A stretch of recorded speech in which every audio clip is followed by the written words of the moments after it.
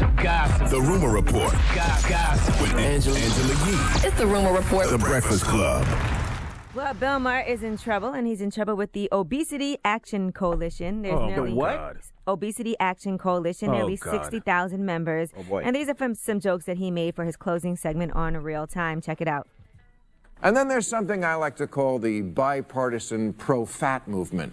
Despite the fact that obesity accounts for 18% of the deaths in America and a huge chunk of our health care bill, and is the main reason people wear sweatpants in public. I'm sorry, but pretending everyone is beautiful at any size is not helping them, it's enabling them. But among the shaming police, the most important message you can ever send an obese person is that your body is perfect just the way it is, prone on a gurney. Other than him defying beauty by weight, what did Bill Maher say wrong? Well, the problem is this. There's people that suffer from depression, and according to the Obesity Action Coalition, they said that this fat shaming on that type of scale can lead to depression, anxiety, poor body image for people who are overweight. And they say that shaming could exacerbate medical problems and even lead to suicide. Plus, you have kids that are being bullied in school. So imagine your kid is overweight, goes to school, and the kid, you're fat, you're disgusting. Listen, man. That's not cool. Bill is saying the same thing a doctor would say, saying the same thing a personal trainer would say. We have to stop this. Being obese is not healthy, period. And guess what? I read an article the other day that said healthy obesity is a myth. Nobody wants to be fat. Some people just have the motivation to get in shape and some don't. And guess what? For every excuse someone makes not to get in shape, is somebody else out there being an example that it can be done. If it was that easy, everyone would be in shape. And who said it was easy? Nobody ever said it was easy. There's people that suffer from depression and turn to food. Nobody ever said it was easy. And you we either talk gonna do about it or you mental don't. issues. We talk about all kinds of things. There's people that's on medication. Oh my God! Y'all attack the so-called fat shamers more than y'all attack your own. You don't know fat. if somebody's taking steroids because they have multiple sclerosis and that. You don't know what somebody's journey is. You don't know if when you see them, they used to be bigger and they've lost weight and they're on it. You don't know. Listen, for every excuse that you make, it's somebody out there being an example that it can be done. Period. The point is, I think if you see there's a lot a of people that's stranger having problems, but I think it's a small percentage. I think there are people that are having problems, whether it's diabetes, whether it's whatever it may be. But I think there's people out there that are losing this weight. Right. Period. It is a fact that depression can be linked to obesity. That's a fact. So if we want to talk about mental wellness, making fun of somebody for their body doesn't help anybody's mental stability. Like I said, other than him defying beauty by weight, he should have said healthy instead of beauty. He didn't say anything wrong.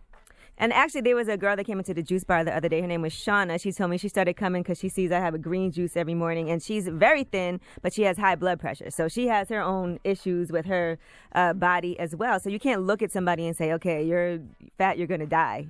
America has an obesity problem. Everybody knows that. Right. Doctors know that. Personal trainers know that. I don't know why we acting like we don't. But I don't know I don't know that fat shaming is the solution. I don't think it's fat shaming. It's not. Just telling somebody they should lose weight is not fat shaming. Well, telling them that you're the reason that you have to wear sweatpants and all, making kinds of jokes like that, you can understand why. You gotta wear sweatpants. Who said that? That's what he said in one of the jokes. Oh, boy. All right. Mark Wahlberg is now Hollywood's highest paid actor. He has actually beat out The Rock. He made $68 million according to Forbes. So congratulations to him. Wow. For being number one on that list. Drop on the clues bombs for Mark Wahlberg, damn it. Wow. Boston zone. Mm-hmm.